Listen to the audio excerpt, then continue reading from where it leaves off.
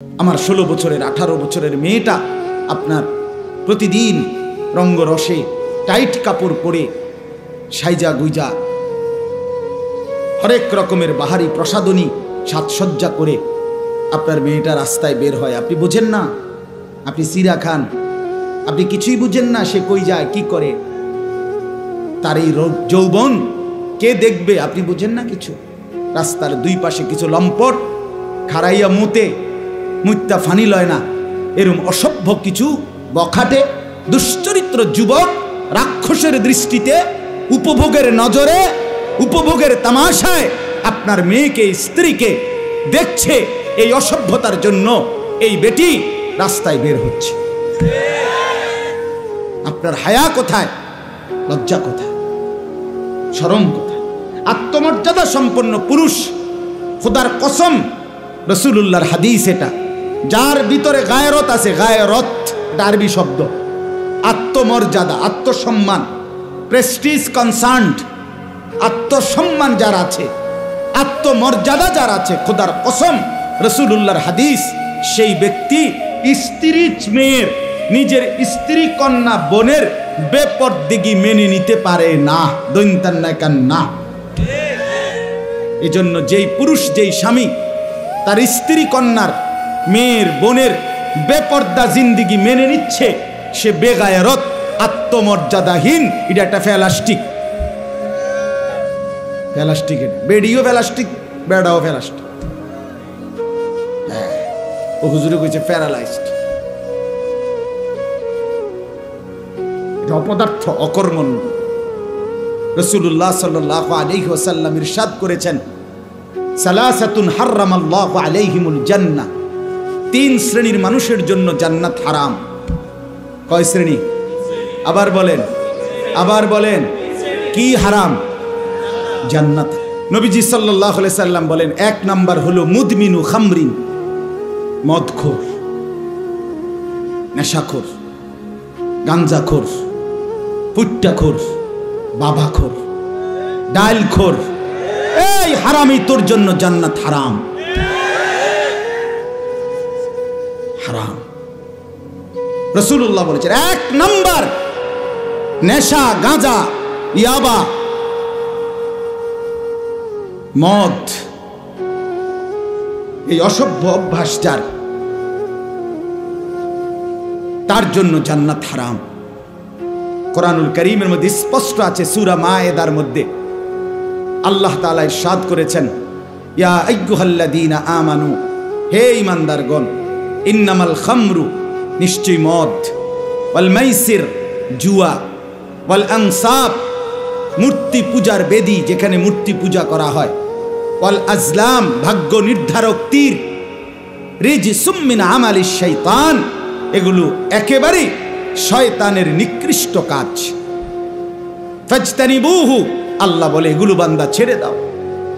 ইমানদার মুমিন, তুমি মুসলমানের বাচ্চা, এই যুবক ভাই, তোমার শরীরে পবিত্র মায়ের 2 বছর এক ইমানদার মা তোমারে দুধ খাওয়াইছে। তুমি সিনেমার নর্তকীর হাতে বড় হও নাই, তুমি ইমানদার মায়ের হাতে বড় হয়েছো। ফুটবল ক্রিকেটের খেলোয়াড় তোমার আব্বা না, এক ইমানদার মুসলমান তোমার বাপ। আল্লাহ কোরআনে বলছে, ফাজতানিবুহু, তোমরা একদম ত্যাগ করো, ছেড়ে দাও মদ, জুয়া, লাআল্লাকুম তুফলিহুন, এতেই তোমরা সফল হবে, জান্নাতি হবে, কৃতকার্য হবে, কামিয়াব হবে। এজন্য মদখোর ব্যর্থ, মদখোর কি হয় না? সফল হয় না। নেশাখোর সফল হবে না। এরপরে আল্লাহ বলেন, ইন্নামা ইউরিদুশ শাইতানু আন ইউকিয়া বাইনাকুমুল আদাওয়াতা ওয়াল বাগদাআ ফিল খামরি ওয়াল মাইসির, নিশ্চয়ই মদ এবং জুয়ার মাধ্যমে শয়তান তোমাদের পরস্পরের মধ্যে শত্রুতা, বিদ্বেষ, মারামারি, হানাহানি, হত্যা, খুন তোমাদের মধ্যে ছড়িয়ে দেবে। ওয়ায়াসুদ্দাকুম আন যিকরিল্লাহ, আল্লাহর স্মরণ ভুলায়া দেবে। ওয়া আনিস সালাহ, এবং নামাজ ভুলায়া দেবে। ফাহাল আনতুম মুনতাহুন, আল্লাহ বলে আমার মুমিন ইমানদার বান্দা, তবুও কি তুমি বিরত হবে না? এত কথা বলার পরও তুমি বিরত হবা না? ছাড়বা না মদ, ছাড়বা না জুয়া? সরাসরি আল্লাহ বলছে, কোরআনুল কারীমের স্পষ্ট বর্ণনা। এবার আসেন রাসূলুল্লাহ সাল্লাল্লাহু আলাইহি সাল্লামের হাদিস। আল্লাহর নবী সাল্লাল্লাহু আলাইহি সাল্লাম বলেন, লা তাশরাবিল খামরা, নবীজি বলছে মদ খেও না, ফাইন্নাহা উম্মুল খাবাইস, সমস্ত অশ্লীলতা, বেহায়াপনা, অসভ্যতা, নোংরামির মূল আল্লাহর নবী বলেছেন মদ। উম্মুল খাবাইস, সমস্ত খবিসের মূল, খবিসের মূল। স্পষ্ট কথা বলছি বাপ, আপনাদের সচেতনতার জন্য। রাসূলুল্লাহ সাল্লাল্লাহু আলাইহি সাল্লামের হাদিসের দ্বারা স্পষ্ট বোঝা যায়, যেখানেই নেশা, যেখানেই মদ, যেখানেই নেশা, প্রতিটা নেশাখোর, সাফ মনে রাখেন, আমার ভাই বসেন, 1 মিনিট বসেন, পরে উঠাইয়েন, আপনি এখন শুনেন মনোযোগ দিয়ে। যেখানেই নেশা, মনে রাখবেন, যেখানেই মদ, যেখানেই নেশা, কসম খোদার সেখানেই জেনা, সেখানেই ব্যভিচার। প্রত্যেকটা নেশাখোর জেনাখোর, প্রত্যেকটা মদখোর ব্যভিচারী। যার হাতে মদের বোতল সে নারী ছাড়া সুখ পায় না, সে ব্যভিচারী, সে দুশ্চরিত্র, সে জেনাকার। নেশার দ্বিতীয় ধাপ, নেশার পরের লাইন জিনা, ব্যভিচারী। যেখানেই মদ, যেখানেই ইয়াবা, যেখানেই নেশা, সেখানেই জিনা। গত 1 সপ্তাহে, কয়দিনে জাহাঙ্গীরনগর ইউনিভার্সিটির যে নারী ধর্ষণের ঘটনায় সারা দেশ তোলপাড়, তার পিছনে এটাই মূল কারণ, ইয়াবা। ইয়াবার হিসাব কিতাব বনে নাই, গণধর্ষণের শিকার নারী। এই জন্য নেশাখোর ব্যভিচারী, নেশাখোর মানে ধর্ষক। সাফ কথা। আরো ভয়ঙ্কর কথা শুনবেন, নবী সাল্লাল্লাহু আলাইহি সাল্লাম বলেন, ওমান শারিবাল খামরা, যে নেশা করে, মদ খায়, ইয়াবার ট্যাবলেট নেয়, এইগুলো তারাকাস সালাহ, তার নামাজ ছুটে যায়। এটা তো আছেই। সবচেয়ে ভয়ানক কথা, আমার এটা বলতেও শরীর শিহরে ওঠে, ওয়া ওয়াকা আলা আম্মাতিহি ওয়া খালাতিহি। নবীজি সাফ বলছেন, যে নেশা করে সে অচিরেই আপনজন, ঘনিষ্ঠজন, মামি, ফুফি, খালা, আপন মামাতো বোন, ফুফাতো বোন, খালাতো বোন, চাচাতো বোন, আপন রক্তের এই ঘনিষ্ঠ মানুষদের সাথে জিনা এবং ব্যভিচার করতে উদ্যত হয়।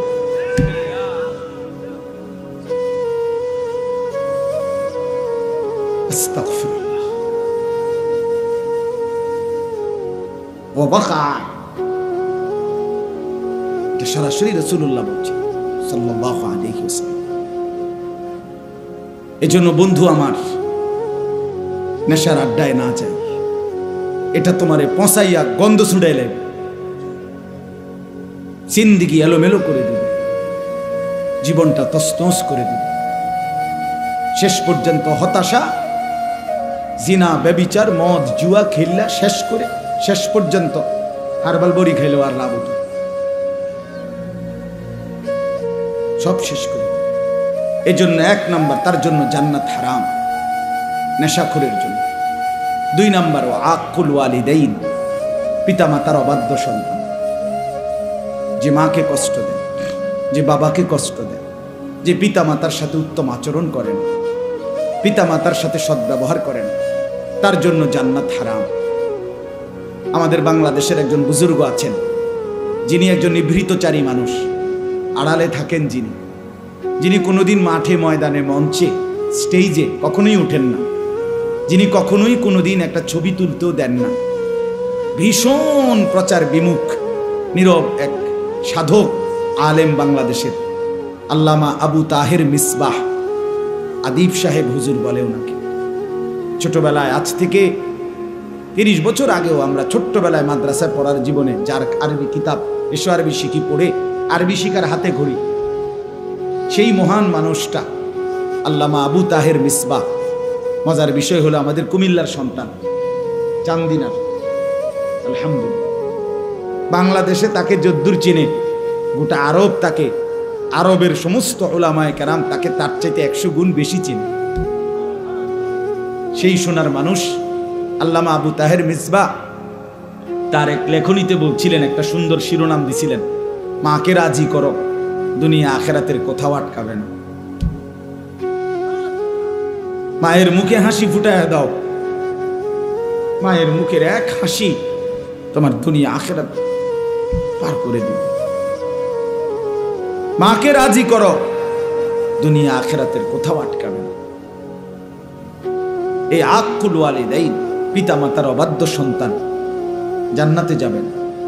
3 নম্বরে, যেটার জন্য মূলত আমি কথা বাড়ায় ফেললাম, যে উদ্দেশ্যে আমি বলছিলাম, ওয়াদাইয়ুস, 3 নম্বর হলো দাইয়ুস আল্লাযী ইউকিররু আহলাহু আল খুবুস। এই যে সরাসরি হাদিস, নবীজি বলছেন, এবং দাইয়ুসের জন্য জান্নাত হারাম। আর দাইয়ুসকে আল্লাযী, নবীজির হাদিস, কোনো আলেমদের বানানো কথা না, নবীজি সরাসরি বলছে, ওয়াদাইয়ুস আল্লাযী ইউকিররু, যে মেনে নিচ্ছে, স্বীকৃতি দিচ্ছে, আহলাহু, তার পরিবার, স্ত্রী সন্তানের জন্য, আল খুবুসা, খবিস জিনিস, নাপাক জিনিস, নাজায়েজ জিনিস, হারাম, অশ্লীলতা, বেহায়াপনা, অসভ্যতা, নোংরামি, এটা যে তার স্ত্রী সন্তানের জন্য মেনে নিচ্ছে, রাসূল সাল্লাল্লাহু আলাইহি সাল্লাম বলেন, সে দাইয়ুস, তার জন্য জান্নাত হারাম। এই জন্য চাচা হিসাব করে যাইয়েন, কবর হিসাব করে যাইয়েন।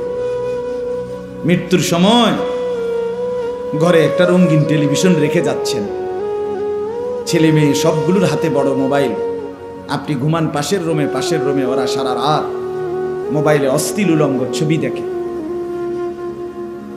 জিনা ব্যভিচারের দৃশ্য দেখে।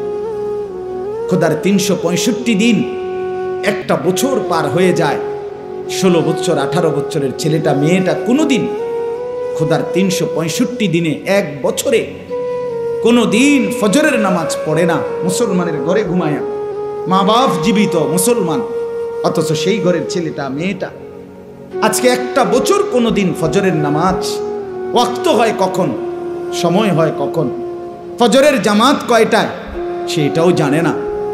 এক বছরে খোদার একটা দিন কোনোদিন ফজরের নামাজ পড়ে না। আহা মুসলমান, এত বড় অসভ্য, এত বড় জানোয়ার, এত বড় নির্লজ্জ, বেহায়া মুসলমানের ঘরে কেমনে ঘুমায়? ওই বাপ কি করে, ওই মা কেমনে ঘুমায়? সে ঘর মুসলমানের ঘর কেমনে হইল? ওই বাবার চোখে ঘুম আসে কেমনে? ওই মা চোখে ঘুম আসে কেমনে? হায়, আমার সন্তানের পরিণতি কি হবে? আমার মেয়েটার পরিণতি কি হবে?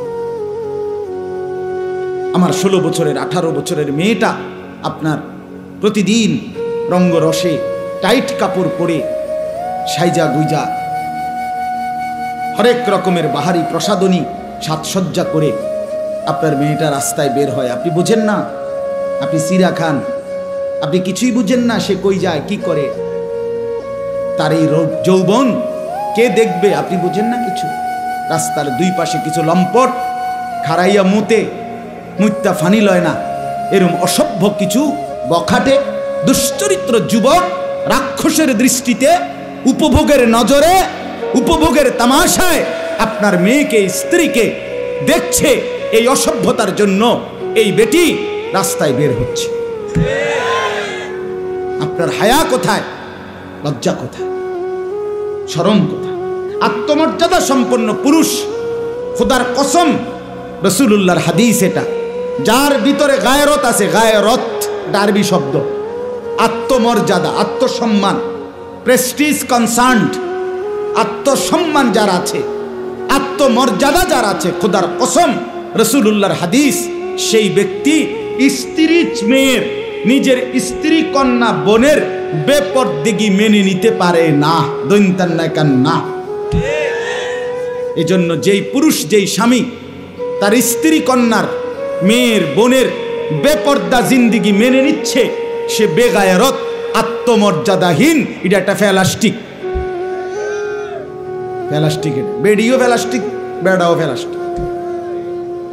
হ্যাঁ, ও হুজুরে কইছে প্যারালাইজড। এটা অপদার্থ, অকর্মণ্য। হযরত সাদ ইবনে মুআজ রাদিয়াল্লাহু তাআলা আনহু একদিন নবীজিকে বলছে, ইয়া রাসূলুল্লাহ, আমি যদি কোনোদিন আমার স্ত্রীকে দেখি পর পুরুষের সাথে 1 মিনিটের জন্য কথা বলছে, আমি আমার তরবারি খাপ থেকে বের করে এক কোপে গর্দান ফেলে দেব। সাহাবীরা, হাদিসে আছে, সাহাবীরা চিৎকার করে উঠছে আল্লাহু আকবার কইয়া খুশিতে। আরে কইলো কি রে বেটা? নবীজি তখন, হাদিস আছে, নবীজি সাল্লাল্লাহু আলাইহি সাল্লাম বললেন, আতাজাবুনা মিন গায়রাতি সাদ, আরে তোমরা আমার সাদের গায়রত, আত্মমর্যাদা দেখে অবাক হলা? অবাক হলা? তখন নবীজি বলছে, ওয়াল্লাহি আনা আগিয়ারু মিনহু, আমি মুহাম্মদ আমার সাদের চাইতে আরো বেশি গায়রতওয়ালা, আত্মসম্মানওয়ালা। এরপরে বলছে, ওয়াল্লাহু আগিয়ারু মিন্নি, আর আমার আল্লাহ এর চাইতে বেশি, আমার চাইতে বেশি আত্মসম্মানওয়ালা আমার আল্লাহ। এজন্য শুনেন, এজন্য আল্লাহ তাআলা কোরআনে বলছে, বন্ধু, পৃথিবীর বহু শাস্তি অপরাধের আমি পৃথিবীর বিচারক আদালত আপনার হাতে ছেড়ে দিলাম, কিন্তু জেনা ব্যভিচার আমার বান্দি, ওরে আমি বানাইছি মেয়েটাকে, এই নারী আমার সৃষ্টি, এই কন্যা আমার, এই মেয়ে আমি বানাইছি, আমার হাতের সৃষ্টি, এটা আমার সৃষ্টি, আমার বান্দি। তার সাথে যখন কেউ জেনা ব্যভিচার করে, এই পুরুষ নারীর শাস্তি বিচার আমার গায়রতে লাগে। এজন্য আমি আল্লাহ নির্ধারণ করে দিচ্ছি, বন্ধু, জেনা ব্যভিচারের শাস্তি আপনি কিংবা দুনিয়ার কেউ করতে পারবে না, আপনাদের ফয়সালায় হবে না, এটা সরাসরি আমার চূড়ান্ত ফয়সালা। বিবাহিত পুরুষ নারী জেনা করলে পাথর মেরে মেরে ফেলেন, অবিবাহিত ছেলে মেয়ে জেনা করলে, ব্যভিচার করলে চামড়ায় 100 বেত্রাঘাত করেন, এবং এইভাবে বেত্রাঘাত করবেন যেন এই বেত্রাঘাত করতে গিয়ে কারো মনে দয়া মায়া না আসে। ওয়ালা তাখুযকুম বিহিমা রাফাতুন ফি দীনিল্লাহ, এবং কোন আড়ালে গোপনে কোন একাকী রুমে এই দুররা বেত্রাঘাত করা যাবে না।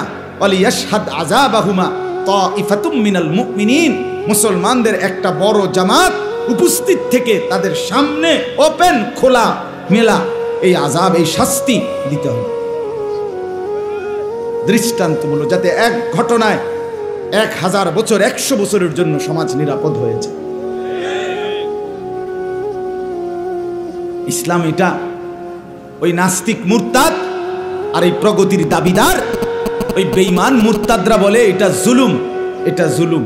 আর ধর্ষিতা নারী যখন চিৎকার করে সেটা তোদের কানে বাজে না, সেটা কানে বাজে না, এটা জুলুম হয়ে গেছে, এটা ইসলামের বাড়াবাড়ি হয়ে গেছে। অথচ আল্লাহ তাআলা কোরআনে বলছে, ওয়ালাকুম ফিল কিসাসে হায়াতুন ইয়া উলিল আলবাব। আল্লাহ তাআলা বলে, কেউ যদি অন্যায়ভাবে কাউকে হত্যা করে তার বিচারে তাকেও হত্যা করো, যদিও দেখতে মনে হচ্ছে তাকে হত্যা করা হচ্ছে। আল্লাহ বলছে, এই হত্যার মধ্যে, এই শাস্তি স্বরূপ যাকে কিসাস হত্যা করা হইল, এই এক হত্যার মধ্যে কোটি মানুষের হায়াত, জীবন, প্রাণ লুকিয়ে আছে। একটি শাস্তির মুখে লক্ষ কোটি প্রাণ নিরাপদ হয়ে যাবে, নিরাপদ হয়ে যাবে। অতএব আমার বন্ধু, আমার বাপ, আমি আপনাদের কাছে এই লম্বা কথার দ্বারা এটা প্রথম বুঝাইতে চাইছি, আমাদের বদলানো দরকার, আমাদের পরিবর্তন দরকার। আমাদের মুরব্বী যারা, আপনাদেরও ফিকির দরকার, আপনারা কি করছেন, শেষ পর্যন্ত আপনারা কি হিসাব মিলাইয়া কবরে যাচ্ছেন। আল্লাহ দোহাই আপনারা হিসাব মিলান। যুবক ভাই, তোমরাও বলি, সবার কাছে, আমার আয়াতের কাছে আমি অল্প সময় লাগবে, আমি 3টা আয়াত পড়ছি পবিত্র কোরআনুল কারীমের 18 নম্বর পারা 23 নম্বর সূরা। এই সূরার 99, 100, 101 3টা আয়াত আমি পড়ছি। খুব লম্বা তাফসীর, গভীর ব্যাখ্যা আমার উদ্দেশ্য না, সেই যোগ্যতাও নাই, উদ্দেশ্যও নাই। কারণ হলো শুধু আপনাদের কাছে এই 3টি আয়াতের আলোকে একটি গুরুত্বপূর্ণ সচেতনতা, একটি ফিকির, আপনাদের ভিতরে একটি পরিবর্তনের মানসিকতা আমি আপনি সবাই মিলে জাগাইতে চাই, এটাই উদ্দেশ্য। এই জন্য এই 3টা আয়াত পড়ছি।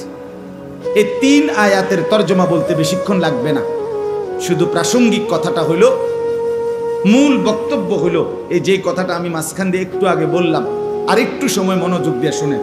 আমিও ঘড়ির দিকে তাকাচ্ছি। যে কথাটা মাঝখান দিয়ে আমি বলছি যে আমাদের হায়াত, এক নাম্বার কথা হলো ওয়ান ওয়ে, আমরা শুধু সামনের দিকেই যাচ্ছি, আমরা আর পিছনে ফিরতে পারবো না। আমার যুবক ভাই, আমার আরেকটা অনুরোধ আমি বলতে ভুলে গেছি, আরো ওই যে হাতে ধরা যাদের মোবাইল, এই অল্প কদ্দুর সময় মোবাইলটা নামায় ভালো হইল, আমার দিকে চাইয়া শুনো দোস্ত আমার, বন্ধু আমার, ভালো হবে। মোবাইলটা যাদের হাতে হাতে ধরা নামায় পকেটে নিয়ে নাও, এমনি শোনো ভাই, ভালো হবে দোস্ত। আমি অনেক কষ্ট করে আসছি। আমার এই চাচা, এই নাজমুল ভাইয়ের আব্বা 2-3 বার আমার মাদ্রাসায় গেছে, উনি কথা বলছে। আমার এই ডেটটা এটা ব্যক্তিগত ডেট। মূলত আমি সোমবার দিন মাদ্রাসায় থাকি, ওই দিন মাহফিলে যাই না। এটা আমার একটা ব্যক্তিগত ডেট। মূলত আমার মাদ্রাসার অনেকগুলো কাজ থাকে আমার ব্যক্তিগত। এই ডেটটা আমি আমার কোনোভাবে কোনো খালি ছিল না, ডাইন বাম করার সুযোগই পাচ্ছিলাম না। কিন্তু ওনার চেহারার দিকে তাকাই আমার মায়া লাগছে যে এতটা মুরব্বী বয়স্ক মানুষ চাচা আসছে, সরাসরি সেই ময়নামতি সাবের বাজার মাদ্রাসায় গেছে। আমার তারেক ভাই, আবু তাহের ভাই আমার সাথে আসছে। তো আমি আমার ব্যক্তিগত ডেটটা দিছি মূলত। এই জন্য আমি বলতে চাচ্ছি, মূলত সবাই আমরা মনোযোগ দিয়ে শুনি। এই মোবাইল যতটাই, এই মোবাইলে হাতে ধরে উঠাইলে এটা সমস্যা হলো একটাই, এই মোবাইল ধরে রাখলে হাতে হাতে, স্ট্যান্ডওয়ালারা তো বসে গেছে, হেরার ওটা একবার ঠিক করে দিছে, কিন্তু হাতে ধরে থাকলে যতক্ষণ হাতে থাকে এটা, এই জের হাতে তার জেহানের মধ্যে কাজ করে এটা, যে এটার মধ্যে ঠিক মতো ওঠেনি, তার ফিকিরটাই এটার ভিতরে। তো মনে করেন এটার সুন্দর উঠছে, সাউন্ডও ভালো হয়েছে, ছবিটাও ভালো উঠছে, ওয়াজটাও সুন্দর উঠছে। এরকম 50,000 ওয়াজ মোবাইলে সুন্দর করে উঠার পরে হাসরের ময়দানে ফেরেশতার হাতে এই মোবাইলটা জমা দিলেই তো জান্নাত, ঠিক না?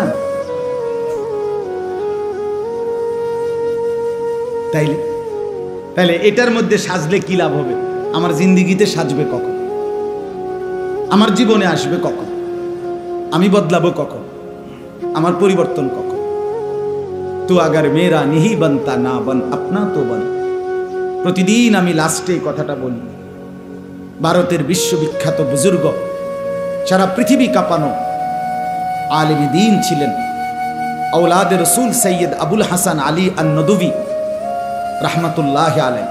তিনি এই কথাটা বলতেন যে, হে যুবক, তুমি যদি আর কিছু এই দেশ, জাতি, সমাজ, পরিবার, এই পৃথিবীর কোনো উপকার করতে নাও পারো, ঠিক আছে, কইরো না। কারো কোনো উপকার করলা না, ঠিক আছে না, কিন্তু আপনা তো বন, নিজের ভালোটা তো করো। নিজেরে কেন নষ্ট করে দিচ্ছ? এদ্দুরু বুঝবা না? এই দিবা নিশি 2 আঙ্গুলে এই মোবাইলের অশ্লীল ছবি, নাচ, গান, জিনা, ব্যভিচারের দৃশ্য, আমার বাপ শেষ পর্যন্ত তোমাকে কোথায় নিয়ে যাবে? বন্ধু আমার, তুমি প্রতি কদম কোথায় যাচ্ছ? ধরে নিলাম কেউ বলল না, কেউ সাহস করলো না, তোমার বাবা হেরে গেল, মা হাল ছেড়ে দিল, এই সমাজ, দেশ, সর্দার, মাতব্বর, পাড়া পড়শি কেউ বলতে পারলো না।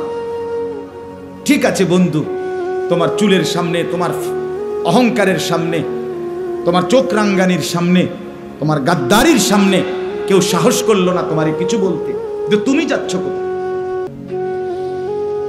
আমি উদাহরণ দিতে গিয়ে বলি প্রায় দিন, যে মনে করেন ও ছোট্ট মিয়া, তুমি একটু দাঁড়াও, ছোট ভাই তুমি দাঁড়াও, না না না পিছনের ছেলে তুমি দাঁড়াও, আব্বা দাঁড়াও, দাঁড়াও, কিচ্ছু না, এমনি দাঁড়াও। এ মনে করেন এই ছোট ছেলেটা, তো ওই কোনায় আগুন লাগছে, মনে করেন আগুন জ্বলতেছে, তা আমরা দেখলাম ছেলেটা 1 পা 2 পা করে করে ওইদিকে যাইতেছে। এখন এতগুলো মানুষ আমরা, অথবা তার বাবা বা আমরা, কেউ তাকে কিছু বলতেছি না। সে ধীরে ধীরে 1 কদম 2 কদম করে খুশি মনে তার স্বতঃস্ফূর্তভাবে সে যাচ্ছে ওইদিকে, কেউ তাকে কিছু বললাম না, বলার সাহস করলাম না। এটা তো তার জন্য উত্তম, তো বলেন না, বলেন? তাইলে সে প্রতি ধাপ আগাচ্ছে, তো কোথায় যাচ্ছে? আগুনের দিকে যাচ্ছে কিনা? তাহলে যুবক ভাই, হতে পারে তোমারে কেউ বলল না, ঠিক আছে ধরে নিলাম, তোমার মা বাবা আত্মীয় স্বজন পাড়া পড়োশি কেউ কিছু বলল না, তোমার মদ, তোমার জুয়া, তোমার অবৈধ প্রেম, তোমার অবৈধ সম্পর্ক, জিনা ব্যভিচারের আড্ডা, দিবা নিশি মোবাইলের এই নর্তকীর ছবি, জিনা ব্যভিচারের দৃশ্য, বন্ধুদের সাথে এই আড্ডা, অসভ্যতা, কেউ কিছু বলল না, কিন্তু তুমি যাচ্ছ কোথায়? আমার দোস্ত বলো কেউ কোথায় যাচ্ছ? নুয়াল্লিহি মা তাওয়াল্লা ওয়া নুসলিহি জাহান্নাম। আল্লাহ কোরআনে বলছে, আমার রাসূলের বিরোধিতা যে করবে, আমার ঈমানদার মুমিনদের পথের উল্টো যে চলবে, আমি একদিন সিদ্ধান্ত নিয়ে নেব তাকে আমি সেই উল্টো পথেই চালাবো। এই উল্টো পথে চলতে চলতে একদিন ধাক্কা দিয়ে লাথি মেরে জাহান্নামে ফেলব। ومن يشاقق الرسول من بعد ما تبين له الهدى ويتبع غير سبيل المؤمنين نوله ما تولى ونصله جهنم। জাহান্নামেই ফেলে দেব। এই জন্য বন্ধু নিজের কদর করো। প্রত্যেককে বলি, আমি সব সময় বলি, একসাথে মিললে আগাইতে পারতেন না, ডানে বামে চাইলে আগাইতে পারতেন না। সমবয়সী বন্ধুদের সাথে মিল্লা বন্ধু আগাইতে পারবেন, জীবন সুন্দর হবে না। সমবয়সী অধিকাংশ নষ্ট করে দেয়, গড়ে দেয় কম, নষ্ট করে বেশি। তোমার মোবাইলে এমবি নাই, তারটা আছে, তোমারে হেডার থেকে তারটা দিয়া তোমারে উলঙ্গ ছবি দেখাবে, তোমারে নষ্ট করে দিবেই। তুমি মদের আড্ডা চেনো না, ওই তোমারে ঠিকই চিনাই দিবে। তুমি জুয়ার আড্ডা চেনো না, ওই তোমারে চিনাই দিবে। তুমি নারীর আড্ডা চেনো না, ওই তোমারে পতিতা বেশ্যা নারীর খবর দিয়া দিবে, তোমারে সে পচাইয়া দিবে। কারণ শয়তান তো তার মাথার ছোঁয়া রয়েছে যে তুই তারে নষ্ট করে দিবি। এই পৃথিবীর যে কোনো 90 বছরের বুড়া মিয়া যে বেটা এখনো বিড়ি খায়, এবারও আমনে জিগান চাচা আল্লাহ দোহাই করে কর, আমনে জীবনে প্রথম বিড়ি আমনে নিজেই শুরু করছিলেন না? কেমনে কইও না, আমি তো জীবনও এটা খাইলাম নইলে। আমার লগের একতে 2বার 4বার কইতে কইতে 2 টান 1 টান খাওয়াইতে খাওয়াইতে এই যে বদ অভ্যাস হয়েছে, আত্মফাটতেছি না সঙ্গ। কোন বন্ধু তারে নষ্ট করে দিছে। এবার প্রত্যেকটা পাপের সহযোগী কোনো না কোনো সমবয়সী হয়। এই জন্য বললাম, আমি প্রতিদিন বলি যে ফার্স্ট হয় সে কিছুটা নির্দয় হয়, মানে দয়া কম হয় তার। অর্থাৎ এই হলো যে একসাথে যে দৌড় শুরু করছে, সে সবাই পিছনে রাইখা সে এগায়া যায়, কারণ তাকে ফার্স্ট হইতে হবে। এখানে সে যদি ফিকির করে আমি সবারই লইয়া আগামু, তাহলে হইতো না, হেতে ফার্স্ট হইতে। এই সময় তার একটু মায়া দয়া কম থাকতে হয়, কারণ তাকে কি হইতে হবে? ফার্স্ট। ঠিক যে জান্নাতের রাস্তায় এগুবে, যে জান্নাত পর্যন্ত গিয়ে পৌঁছবে, খোদার কসম সে ডাকবে তো সবাইকে, আহ্বান তো করবে সবাইকে, কিন্তু যদি কেউ না আসে তবু একা হলেও সে লক্ষ্য পানে এগিয়েই যাবে। এখানে সে দয়া মায়া করলে হবে না, দয়া মায়া করলে হবে। কোরআনুল কারীমের মধ্যে আছে সমস্ত নবীরা দিবানিশি মানুষদেরকে আল্লাহর দিকে ডেকে লাস্টে একটা কথা বলতেন। কখনো বলতেন আনা মিনাল মুসলিমিন, শোনো মানো আর তোমরা নাই মানো, আমি কিন্তু আল্লাহর অনুগত মুসলমান। অথবা বলতেন অমা আনা মিনাল মুশরিকিন, শোনো তোমরা কুফর শিরিক ছাড়ো কিংবা না ছাড়ো, আমি কিন্তু মুশরিকদের অন্তর্ভুক্ত নই। তার মানে শেষ পর্যন্ত যদি কেউ না মানো আল্লাহকে ছাড়ব না। अगरचे बुत हैं जमात की आस्तीनों में, मुझे है हुक्म खुदा ला इलाहा इल्लल्लाह। ইব্রাহিম আলাইহিসসালামের কথা এটা আল্লামা ইকবাল কবিতা আকারে শের আকারে বলছেন যে ইব্রাহিম নবী বলছিলেন উনার জাতিকে, হে আমার জাতি, তোমরা যদি প্রত্যেকেই একটা একটা মূর্তি আইনা এখানে স্তূপ দাও, মূর্তির স্তূপের উপরেও যদি আমাকে দাঁড় করাও, মূর্তির স্তূপে দাঁড়িয়েও আমি মূর্তির স্তূপের উপরে দাঁড়িয়েই বলবো লা ইলাহা ইল্লাল্লাহ, আমি একাই বলবো। अगरचे बुत है जमात की आस्तीनों में, সবার মাঝে থেকে আমি বলবো এটাই যে লা ইলাহা ইল্লাল্লাহ, আমি তোমাদের সাথে গা ভাসাবো না। এই জন্য আবারও বলছি বাপ, পরিবর্তন চাই। আজকের নওজোয়ান স্বপ্ন দেখে অনেক, আলহামদুলিল্লাহ এই মানব কল্যাণ সংস্থা হিফজুল কোরআন প্রতিযোগিতা করছে, আরো ব্যাপক চেষ্টা করছে। আমি ব্যক্তিগতভাবে তাদের এই আয়োজন সম্পর্কে আগের থেকেই জানি। আমার মাদ্রাসার ছাত্ররা প্রতি বছরই এখানে আমার মাদ্রাসা থেকেও প্রতিযোগিতা দিতে আসে, এবং আমার মাদ্রাসাও আলহামদুলিল্লাহ প্রতি বছরই 2-1টা পুরস্কার পাইছে। আমি অনেকবার দেখছি তাদের পুরস্কারগুলো। তো এই হিসাবে আমার কাছেও এটা পরিচিত নাম। আলহামদুলিল্লাহ ইতিমধ্যে দূর দূরান্তে তাদের এই উদ্যোগ, তাদের এই আয়োজন ব্যাপকভাবে মানুষের কাছে সমাদৃত। আমার ফাঁকি দিয়ে এটা বলে নেই দোস্ত, আপনাদের কাছেও যারা এর সাথে সংশ্লিষ্ট, লৌকিকতা যেন না হয়, শুধুই প্রদর্শন যেন উদ্দেশ্য না হয়, শুধুই ছবি, শুধুই ভিডিও, শুধুই ঝাঁকজমক, শুধুই চাকচিক্য না, দিলের খোরাক যেন হয়। ইনশাল্লাহ হচ্ছে, আরো হবে। আমরা দোয়া করি, আমরা দোয়া করি। আমি প্রদর্শন, আমি মনে করি এটার চাইতে মানুষের দিল বদলানো বেশি দরকার। আলহামদুলিল্লাহ কোরআনুল কারীমের তেলাওয়াতের আওয়াজ মানুষের জিন্দেগি বদলায়, মানুষের জীবন বদলায়। আল্লাহ তাআলা এই সংস্থাকে উত্তরোত্তর কবুল করেন, আগামী দিনে আরো সুন্দর স্বপ্ন দেখবার তৌফিক দান করেন। আমি এইবার শুনেন, সন্দ্বীপ গেছি গত 7 তারিখ, চট্টগ্রাম সাগর পাড়ি দিয়ে স্পিড বোটে যাইতে হয়, আলাদা একটা দ্বীপ, সন্দ্বীপ নাম করা জায়গা না, ওইখানে এরকম বিশাল বড় মাহফিলে। তো ওইখানে আমার সাথে 3-4 জন ছেলে নওজোয়ান, জেনারেল শিক্ষিত, ওনারা সুন্দর দাড়িওয়ালা, টুপিওয়ালা, আমার সাথে দেখা করছে। বলল যে হুজুর আমরা আপনার সাথে দেখা করতে আসছি। কেন আসছেন? কয় যে হুজুর আমরা একটা উদ্যোগ নিছি আমাদের এলাকায়, সেটা হলো ফজর ক্যাম্পেইন, এটার নাম। আমরা 4 জন ছেলে উদ্যোগ নিছি, প্রতিদিন ফজরের নামাজের আধা ঘন্টা আগে আমরা ওয়াকিং করব, ঘরে ঘরে আমাদের সমবয়সী বন্ধুদেরকে ফজরের নামাজের জন্য ডাকবো। এই 3-4 জনে উদ্যোগ নিছি। আজকে 2-3 মাসের মধ্যে আলহামদুলিল্লাহ 3 থেকে 400 ছেলে প্রতিদিন ফজরের নামাজ পড়ে। ফজর ক্যাম্পেইন, আজীব কথা না? আমার এত ভালো লাগছে। তাই বলে আমার লগে দেখা করতে নাইছেন কেন? কাজে আমরা সবচেয়ে বেশি ফজরের বয়ান আপনার থেকে শুনছি, আমিও তো সওয়াব পাবো ইনশাআল্লাহ। এই জন্য বন্ধু ফিকির চাই, ফিকির করলে সম্ভব, ফিকির করলে কি সম্ভব ইনশাআল্লাহ। আমাদের এই ছেলে, আমাদের যুবক ভাই, তোমরা আমাদেরই। তুমি এক পবিত্র মায়ের সন্তান, তুমি এক পবিত্র বাবার সন্তান।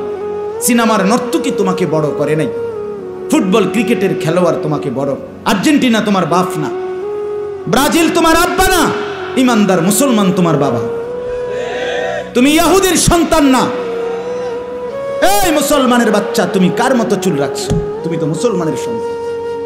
যাদের চুল এরকম বড়, এই ফ্যাশনেবল চুল, এটা ফ্যাশন না, এটা ইহুদিদের চুল, এটা খ্রিস্টানদের চুল, এটা নাস্তিক মোরতাদের চুল, এটা দাজ্জালের চুল, এটা আবু জাহেলের চুল, এটা জাহান্নামীদের চুল। বলে হুজুর মাইক ফাইয়া গাছ জোরে কইছেন। না না, এটা কোরআনুল কারীম থেকে বলছি। আল্লাহ তাআলা কোরআনে সরাসরি আবু জাহেলকে বলছে, আবু জাহেল তুই বেশি বাড়াবাড়ি করছেন, তোরে আমি হাসরের ময়দানে তোর লম্বা ঝাঁকড়া চুল ধরে তোকে বেইজ্জতি করব। কাল্লা লা ইল্লাম তানতাহি লানাসফাআম বিন-নাসিয়া। এই আয়াত আবু জাহেলকে লক্ষ্য করে নাজিল হয়েছে। সূরা আলাক, ইকরা বিসমি রাব্বিকাল্লাযী খালাক, যেই সূরা, এই সূরার লাস্টে আছে। আপনি তাফসীর দেখেন, ওখানে আছে। এই নাসিয়া শব্দের অর্থ হলো সামনের চুল বড় যাদের, তাকে বলে নাসিয়া। আল্লাহ বলছে তোর সামনের এই বড় চুল ধরে হাসরের ময়দানে তোকে ফেলে বেইজ্জতি করবে। এই জন্য সামনের এই বড় চুল, এটা আবু জাহেলের চুল। 2 নাম্বার, কোরআনুল কারীমে আছে আল্লাহ তাআলার ফেরেশতারা হাসরের ময়দানে আল্লাহকে বলবে, আল্লাহ জাহান্নামীদেরকে জাহান্নামে, হাসরের মাঠ থেকে জাহান্নামে ফেলবো কিভাবে? তো আল্লাহ তাআলা বলবেন ফায়ুখাযু বিন-নাওয়াসি ওয়াল আকদাম। এই চুলের সামনের অগ্রভাগ বড় চুল এবং 2 ঠ্যাং ধইরা ছাগলের বাচ্চা যেভাবে আলগি দেয় এইভাবে আলগি দিয়ে ধইরা এমনে আসার মানে চাহ বেঈমান জাহান্নামী। এই জন্য চুল বড়, সামনের এই ঝাঁকড়া বড় চুল, এগুলো এটা জাহান্নামীদের চুল। 3 নম্বর, মুসলিম শরীফের স্পষ্ট হাদিস, নবীজি যতবার দাজ্জালের বর্ণনা দিছে, যেই দাজ্জাল মুমিনের সবচেয়ে বড় শত্রু, কাফের, কোটি কোটি মুসলমানের ঈমান নষ্ট করবে শেষ জামানায়, নবীজি প্রত্যেকবার দাজ্জালের বর্ণনা দিতে গিয়ে যতগুলো হাদিস বলছেন, বুখারী মুসলিম সব কিতাবে আছে, প্রত্যেক কিতাবের মধ্যে দাজ্জালের দৈহিক বর্ণনার মধ্যে একটা বর্ণনা নবী বলছে, দাজ্জালের চুল হবে কাতাত। কাতাতুন মানে হলো এলোমেলো, এব্রো থেব্রো, স্বাভাবিকতার পরিপন্থী। এই জন্য এই চুল দাজ্জালের চুল। জওয়ান, মাথা নোয়াইও না, ওই বেটার মাঝখান দিয়ে খারাই লইতো না। আমি দেখছি তুমি মাথা অন্য আইলে কি লাভ? আমার কাছে লজ্জার কিছু নেই। তোমার কাছে আমি ঠেকানা, আমার কাছে তুমি ঠেকানা। দোস্ত, তুমি আমার ভাত খাও না, আমি তোমার ভাত খাই না। তোমার পথে তুমি চলে যাবা, আমার পথে আমি চলে যাব। আমরা একজন আরেকজনকে পাশ কাটাইয়া যাইতে পারবো, ঠিক কিনা বলেন না? কিন্তু আল্লাহকে বলো না, বন্ধু তুমি আমার সামনে পাশ কাটাইয়া গেলাগা, আর কিন্তু কি হইছে? আমি কি তোমার কাছে ঠেকানা, তুমি আমার কাছে ঠেকানা? কথা বলে না। কিন্তু আল্লাহকে আলাম ইয়ালাম বিআন্নাল্লাহা ইয়ারা, রব্বুল আলামিন বলে, বান্দা তুমি কি জানো আমি কিন্তু সারাক্ষণ তোমাকে দেখি। কতক্ষণ? সারাক্ষণ। সারাক্ষণ দেখি। এই জন্য আল্লাহকে আড়াল করার সুযোগ নাই। অতএব আমার মূল বক্তব্য এই 3 আয়াতের, হায়াতের কদর করেন, জীবনের কদর করেন। বন্ধু আমার, ইমাম ইবনু রজব হাম্বলি রহমতুল্লাহ আলাই, বিশ্ববিখ্যাত একজন আলেম, ওনার একটা কিতাবে উনি লিখছেন, প্রত্যেকটা দিন, এ কথাটা শুনেন, প্রতিটা দিন যখন ভোর হয়, নতুন একটা দিনের সূচনা হয়, ওই দিনটা পৃথিবীবাসীকে ডাক দিয়ে বলে, হে দুনিয়াবাসী, আমি শুধু আজকের জন্যই পৃথিবীতে এসেছি, কিয়ামত পর্যন্ত আর কোনো দিন আসবো না। আল্লাহর বান্দা, আমারে নষ্ট কইরো না, কদর করো। প্রতিটা রাত এভাবে ডাক দিয়ে বলে, হে আল্লাহর বান্দা, আমি একবারের জন্যই এসেছি, আমি আর কোনো দিন আসবো না, আমারে নষ্ট করো না, কদর করো। বলেন আপনার আজকের 12 ফেব্রুয়ারি 2024 সোমবার পৃথিবীতে আর কোনো দিন আসবে? বলেন না বাপ, আগামী সোমবার তো আসবে, সেটা 12ই ফেব্রুয়ারি, আর কোনো দিন আসবে? এই একবারের জন্যই আসছে, একবারের জন্যই আসছে। এজন্য প্রতিটা দিন বলে কদর করো, প্রতিটা রাত বলে কদর করো, নষ্ট করো না, আমি আর আসবো না।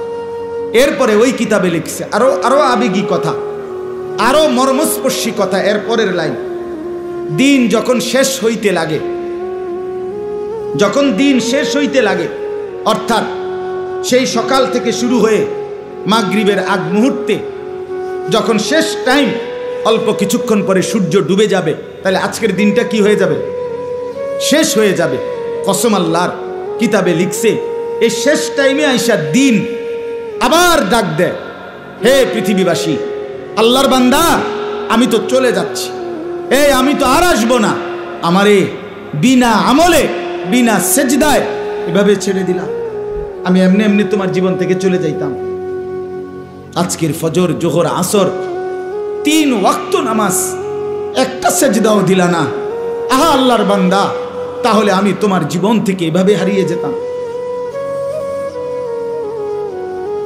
এভাবে রাত যখন শেষ হয়, ভোর হইতে লাগে, তখন রাত্রিও ডেকে বলে, হে আল্লাহর বান্দা, আমি তো চলে যাচ্ছি, আমি তো আর আসবো না, আমি বুঝি বিনা সেজদায়, বিনা জিকিরে এভাবে হারিয়ে যেতাম তোমার থেকে। মাগরিবে, এশা, তাহাজ্জুদ একটা সেজদাও দিলা না। সারাটা রাত মোবাইলে নাচ গান, ছবি, নর্তকীর দৃশ্য, উলঙ্গ নাচ গান, বেহায়াপনা, সুদের লেনদেন, ঘুষের লেনদেন, হারামের লেনদেন, নাটক, সিনেমা, টেলিভিশন, অথবা শুধু শুধু ঘুমে সারাটা রাত শেষ করে দিলা। আমারে বুঝি বিনা আমলে বিদায় দিলা। এভাবে ডেকে আমার বাপ, কল্পনা করেন, এক মা যদি কোনো সন্তানের কাছে সকালে আসে আর কিছু একটা চায়, সন্ধ্যাবেলায় সেই মা যদি আরেকবার বলে, পুত সারাটা দিন তোর কাছে চাইলাম, দিলি না, মা চলে যাচ্ছি, তাইলে তুই আমারে কিছুই দিবি না বাপ? তাহলে পৃথিবীর পাথর দিল সন্তানও তো দিলটা নরম হওয়ার কথা। কোন বাবা যদি বলে, পুত আমি সেই 4টা ঘন্টা তোর সামনে বসে রয়েছি, তোর কাছে 200টা টাকা চাইছি, টাকাটা দিলি না পুত, দিবি না, তাইলে আমি চলে যাইতাম। এটা বললে কি পাষাণ দিল সন্তানের কলিজা নরম হবে না? তো আল্লাহর বান্দা, আল্লাহ তাআলাও তো ডাক দিছে, ইয়া আইয়ুহাল ইনসান মা গাররাকা বিরাব্বিকাল কারীম। হে মানুষ, আমার বান্দা, আমার মতো দয়ালু মেহেরবান মনিবকে ছেড়ে কে তোমারে আমার থেকে আড়াল করে ধোঁকা দিল? আমাকে বাদ দিয়ে বান্দা কাকে পেলে? সারাদিন একটা সেজদা দিলা না বান্দা, তুমি আমার চাইতে আপনজন কাকে পেলে? কোন সে বন্ধু পেলে যে বন্ধুকে পেয়ে আমার মতো আপন বন্ধুকে ছেড়ে দিলে? বান্দা বলো না, কি বলবেন? যুবক ভাই, তোমরা যারা আজকে সারাদিনে 1 ওয়াক্ত নামাজ পড়ো নাই, ফজর জোহর আসর মাগরিব এশা 1 ওয়াক্ত নামাজের সেজদা যাদের কপালে নাই, তোমার মালিক তো তোমাকে ডাক দিছে। তোমার মালিক বলছে, বান্দা আলাম ইয়ানি লিল্লাযীনা আমানু আন তাখশা কুলুবুহুম লিযিকরিল্লাহ। আল্লাহ বলেন, মুমিন, আমি আল্লাহর ভয়ে ঈমানদার, তোমার অন্তর আমার স্মরণে তোমার দিলটা নরম হওয়ার সময় আজও কি হয়নি? আলাম ইয়ানি, এই বান্দা হয়নি? দিবা না সেজদা তাইলে আর? যুবক ভাই, তুমি তাইলে আর কোনোদিন ফজরের নামাজ পড়বা না? বলো না ছেলেরা, বলো ভাই, বলো, আর কোনোদিন ফজরের নামাজ পড়বা না? তাইলে তোমার মালিককে সেজদা দিবা না? ভোরের সেজদার মজা নিবা না? আহ আহ 5 ওয়াক্ত নামাজের সেজদা কেন দিলেন? এই বাবা, আপনাদের যাদের ছেলে নামাজ পড়ে না, আপনারা কেমনে বেঁচে আছেন? কার জন্য সংসার সাজাচ্ছেন? কার জন্য? ওয়া'মুর আহলাকা বিস-সালাহ, আল্লাহ কোরআনে বলছে পরিবারের সদস্যদেরকে নামাজের আদেশ করুন, নামাজের আদেশ করুন। ইব্রাহিম আলাইহিস সালাম ইসমাঈল আর হাজেরাকে মরুভূমিতে 1 ফোঁটা পানি, খাদ্য খাবার জনবসতিহীন জায়গায় রেখে, খোদার কসম কোরআনে আছে, 1 নম্বর ইব্রাহিম আলাইহিস সালাম দুধু মরুভূমিতে রেখে কোলের বাচ্চার স্ত্রী হাজেরাকে চারদিকে তাকাইয়া দেখছে কিচ্ছু নাই, 1 ফোঁটা পানি নাই, জনবসতি নাই, বেঁচে থাকার কোনো অবলম্বন নাই। সেই অবস্থায়ও আল্লাহর কাছে 2 হাত তুলে, এই কোরআনে আছে, ইব্রাহিম আলাইহিস সালাম প্রথম দোয়া করছে, রব্বানা লিয়ুকিমুস সালাহ, আল্লাহ আমার স্ত্রী সন্তান যেন মৃত্যু পর্যন্ত নামাজ আদায় করে। আমি জানি না মাওলা আর কোনোদিন দেখা হবে কিনা, আর কোনোদিন ওদেরকে ফেরত পাবো কিনা, আমি জানি না। তো যদি বাঁচে তাইলে তারা যেন নামাজ আদায় করে। যেখানে এক পিতা, এক স্বামী তার স্ত্রী সন্তানের জন্য এই মরুভূমির নিঃস্ব অবস্থাতে নামাজের ফিকির করছেন, সেখানে আপনি বাবা আপনার ঘরে খাট পালং সোফা ফার্নিচার দালান বিল্ডিং ঘর জায়গা জমি এত কিছু থাকার পরেও আপনি আপনার ছেলে মেয়ে স্ত্রীর জন্য নামাজের ফিকির করলেন না? কেন করলেন? কেন ছেড়ে দিলেন? কেন পরাজিত হলেন? মুসলমান তো হারে না, মুমিন তো পরাজিত হয় না। আমি অনুরোধ করব, আর যুবক ভাই তোমাদেরকে বললাম ওই আগের কথা, যদি কেউ গুরুত্ব নাও দেয় তোমারে, তুমি নষ্ট হইও না। ইব্রাহিম আলাইহিস সালামের বাবা আজর মূর্তি পূজক ছিল, তাই বলে তিনি ভেসে যায় নাই, তিনি সন্তান ইমানদার ছিলেন। এজন্য তুমি নষ্ট হইও না। আমার অনুরোধ, আমি আবারও বলছি, আমি যদি বলো কাছে গিয়ে বলতে বলতে রাজি। আমি এক ফেরিওয়ালা, যেই ফেরিওয়ালার মাকসাদ আমার জিন্দিগির মাকসাদ, আমি বুঝি ফেরিওয়ালা আমি। আর এই ফেরিওয়ালার একটা নিয়ম হলো, ফেরিওয়ালা জানে তার প্রত্যেক ডাকে কাস্টমার আসে না। কথা বলেন না কেন? ফেরিওয়ালা প্রতিবার ডাক দিলে কি আসে না, কাস্টমার আসে না, সে জানে, কিন্তু সে বলতেই থাকে, সে তার পণ্য ঘোষণা দিতেই থাকে, রোডে রোডে গলিতে গলিতে সে বলতেই থাকে। সে জানে 30 বার বললে 50 বার বললে হয়তো কেউ একবার সাড়া দিতে পারে, সেই আশায় সে বলতেই থাকে। আমরা ফেরিওয়ালা, আমরা বলতেই আছি, বলতেই থাকি, ভাবি, ভাবনা করি, ইনশাআল্লাহ এর ভিতর থেকেই বদলাম। হতাশ না, আমি হতাশ না, আমি হতাশাগ্রস্তদের অন্তর্ভুক্ত না, আমি হতাশ হতেও চাই না, কারণ হতাশা কুফরি। কোরআনে স্পষ্ট আছে যে হতাশ হয় সে বেঈমান হয়। হতাশা কি বলেন না, কুফরি, কুফরি। মুমিনের জন্য হতাশা জায়েজ নাই, হাল ছেড়ে দেওয়া জায়েজ নাই। এই জন্য আপনাদের কাছে অনুরোধ করলাম, সবাই নামাজ পড়েন, সবাই সেজদা করেন, বলেন ইনশাআল্লাহ, বলেন ইনশাআল্লাহ। এই ভাই বললাম যে সেজদা করে না, আমার একটা শক্ত কথা শুনেন, যে সেজদা করে না, আমার দৃষ্টিতে এত বড় 7 আসমান 7 জমিন, এত বড় কুল কায়নাতের মালিক, রাজাধিরাজ, আহকামুল হাকিমিন, মহান আল্লাহ, যার হাতে আমার অস্তিত্ব, আমার বেঁচে থাকা, আমার নড়া চড়া, আমার বিন্দু বিসর্গ টিকে থাকা, আমার নিঃশ্বাস যেই আল্লাহর হাতে। আবারও বলছি ভাই শোনো, সেই আল্লাহর সামনে যে মাথা নোয়ায় না, ঘাড় নোয়ায় না, সেজদা দেয় না, খোদার কসম আমার দৃষ্টিতে তার চাইতে বড় ঘাটতারা, গাদ্দার, বেয়াদব আর কেউ হইতে পারে না। তুই সবচেয়ে বড় ঘাটতারা, তুই ঘাউরা নাম্বার 1। তুই মনে রাখিস, আমার নাম আনিসুর রহমান, আর যদি কোনোদিন বলতে না পারি তা আজই বলে গেলাম, তোমার মতো ঘাটতারা রে, তুমি ছোটখাটো কারো সামনে তেরামি করো না, তুমি এত বড় মালিক আল্লাহর সামনে ঘাড় নামাও না। তোমার মতো ঘাটতারা তো আর কেউ হইতে পারে না। ফেরেশতা হাসরের ময়দানে কবরে পাইলে প্রথম তোমারে ঘাটটা চাইয়া বাড়ি দিব, একটা বাড়ির লগে তোর ঘাড় ফাড়াইয়া লাইব। মনে রাখিস, তামসা মনে করে না তুমি। জিন্দিগি তেমন উপভোগের কিচ্ছু নাই, এই ফাঙ্গাস তেলাফিয়া ছাড়ার কিচ্ছু নেই জীবনে। তো আহামরি কিচ্ছু না, ফুলকপি আর ফাতা কপি, বাজারে তরকারি নাই, এই তরকারি, ফার্মের মুরকার কক মুরকা, দৈন্যাতার কাঁচামরিচ, ক্ষীরার টমাটো, আর কিতা দুন্দুল, করলা, লাউ, মিষ্টি কুমড়া। মিষ্টি কুমড়াও নিয়মিত পাওয়া যায় না। এই তো দুনিয়া, এই সামান্য দুনিয়া। জন্তু জানোয়ার হাইওয়ান এর চাইতে বেশি দুনিয়া ভোগ করে। আমাদের বাংলাদেশের একজন প্রখ্যাত আলেম আছে, ডক্টর আল্লামা আফম খালিদ হুসাইন। ওনার বয়ানে আমি নিজে শুনছি, উনি গবেষক, অনেক বড় উচ্চশিক্ষিত মানুষ, জেনারেল লাইনও আলেমের লাইনও। হুজুরের বয়ানে আমি শুনছি, হুজুর বলছে একটি হাতি একদিনে 250 কেজি খাবার খায়, 90 লিটার পানি খায়। 250 কেজি খাবার আমনে খাইতে পারবেন?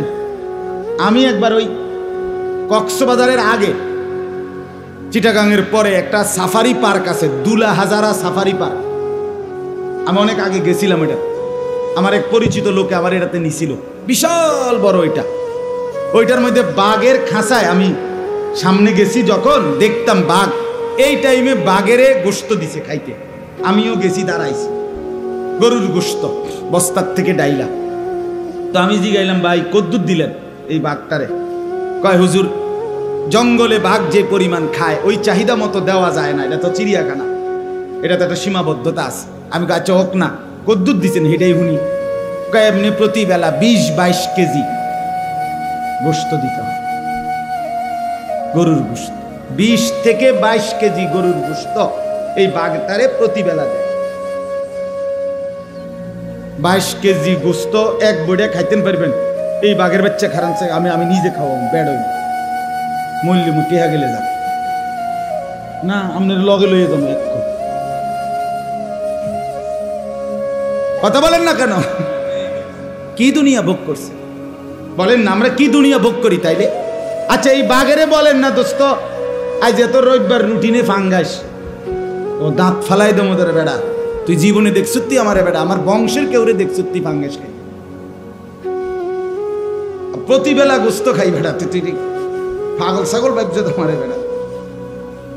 কি বলেন, জঙ্গলের ভাগ অন্য আইটেমের কোনো তরকারি লয়?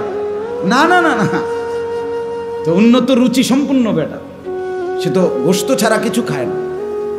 দুনিয়া এই পরিমাণ জন্তু জানোয়ার ভোগ করে, তাইলে দুনিয়া আহামরি আমরা ভোগ করছি না, আমাদের মূল উপভোগ আখিরাত। কোথায়?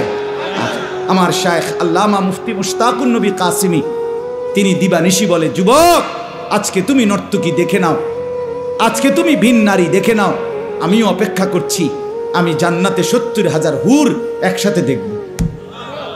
হুজুর বলে, যুবক আজকে তুমি ভিন নারীর গান শুনে নাও, না জায়েজ হারাম গান বাদ্য শুনো, আমিও অপেক্ষা করছি, জান্নাতের ৭০,০০০ হুরেরা একসাথে গান গাইবে, আমি শুনব।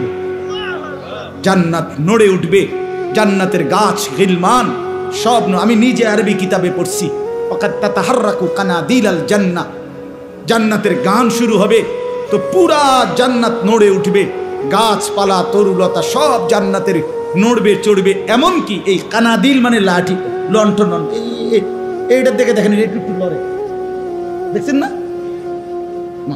এ নবীজি বলছে, ওয়াকাদ তাতাহাররাকু কানাদিলাল জান্নাহ, জান্নাতের গানে মৌজে জান্নাতের লণ্ঠন বাতিগুলো এরকম নড়বে দুলবে, মানে বাতির মধ্যে তালাইয়া ফেলবে। করছে কি রে? হ্যাঁ, আমরা অপেক্ষা করছি, চলেন সবাই অপেক্ষা করি, ঠিক আছে না? ইনশাআল্লাহ আল্লাহ আমাদেরকে তৌফিক দান করেন, হায়াতের কদর করেন। এই হায়াত, এই আয়াতের বক্তব্য এটা। আজকে যারা গুনাহ পাপ নাফরমানিতে জীবনটা শেষ করে দিচ্ছেন, খোদার কসম আল্লাহ এই আয়াতে এই কথাটাই বলছে যে বান্দা, প্রতিটা পাপী নাফরমানি অবাধ্য যে জীবনটা নষ্ট করে দিল, এই লোকটা মৃত্যুর সময় মালাকুল মউত আজরাইল যখন আসবে, আল্লাহ বলছে পরিষ্কার, হাত্তা ইদা জা আহাদা, এই শুনেন এই শেষ কথা, হাত্তা ইদা জা আহাদাহুমুল মউত, ওই মেহমানরা আসেন না, ভিতরে আসেন, সময় হয়ে গেছে, আসেন আসেন না, আরে ভাই আর দেরি নাই, আসেন, ওই ছেলেরা আসো না মিয়া, ভিতরে আসো, আসো আসো আসো, সময় হয়েছে দোস্ত, বসেন, অসুবিধা নাই। যে যে দূর শুনছে, জিন্দিগি বদলাবার জন্য কখনো কারো জন্য এক কথাও যথেষ্ট। আমার শায়েখ আল্লামা মুফতি মুশতাকুন নবী কাসিমি হুজুররে আমি বহুবার দেখছি আমার জীবনে, অসংখ্য মানুষকে হুজুরের সামনে গেছে, দাড়িবিহীন মানুষ, হুজুরে কিচ্ছু বলে নাই, শুধু বাইক দূরে দিগাইয়েন এই ডাক দিছে, তার মুখে এমনি হাত বুলাইছে, এমনি হাত বুলাইছে, এ আর কিছু কইছে না, আচ্ছা ভাই আল্লাহ ভরসা যান দোয়া করে, এই কথা কয়ে বিদায় দিছে।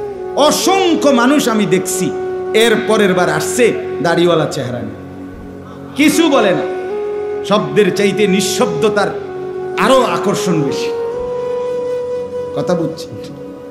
আজকে মাগরিব বাদ যেখানে বয়ান করছি আমি, এখন যেখান থেকে আমি আসছি বয়ান করে দেবিদ্যা এক জায়গা, এই ভদ্রলোক আমারে দাওয়াত দিতে যেদিন গেছে, এই কিছুদিন আগে, ওই দিন উনি দাড়িবিহীন ছিল, একদম ক্লিন শেভ করা। এখন আমি গিয়া দেখি উনি সর্বোচ্চ 1 মাস হয়েছে না, এই পরিমাণ দাড়ি।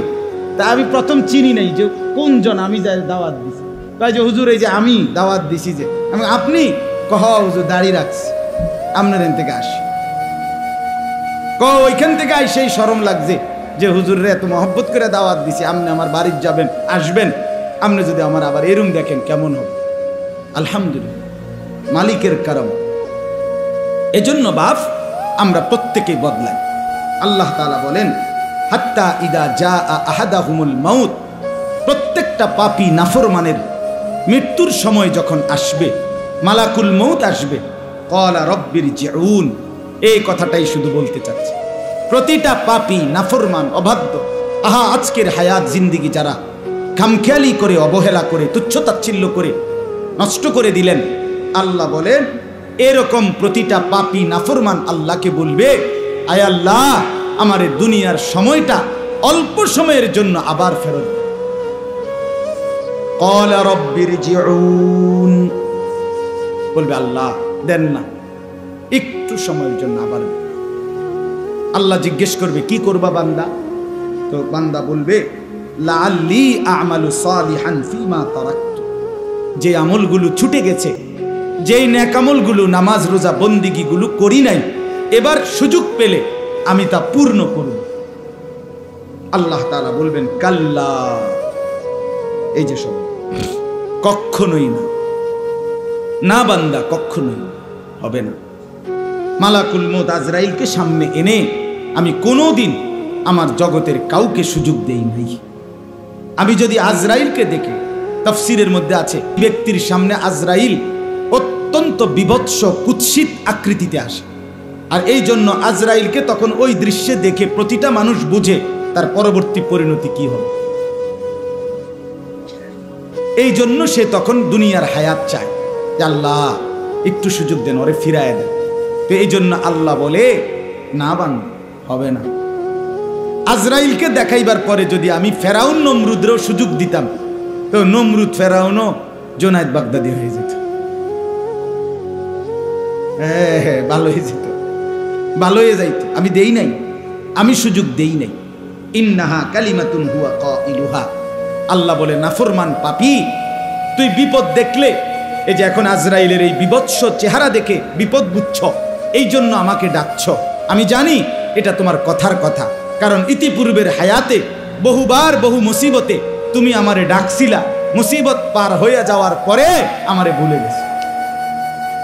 ফাইদা রাকিবু ফিল ফুলকি দাআবুল্লাহ মুখলিসিনা লাহুদ্দিন, মাছ দরিয়ায় যখন ঢেউ উঠছে, ঝড় উঠছে, তুফান লাগছে, ঘূর্ণিঝড় শুরু হয়েছে, তখন তুমি নৌকা, লঞ্চ, স্টিমার, জাহাজের মধ্যে ছিলা, তখন আমারে ভীষণ মনোযোগ দিয়া ডাকছিলা।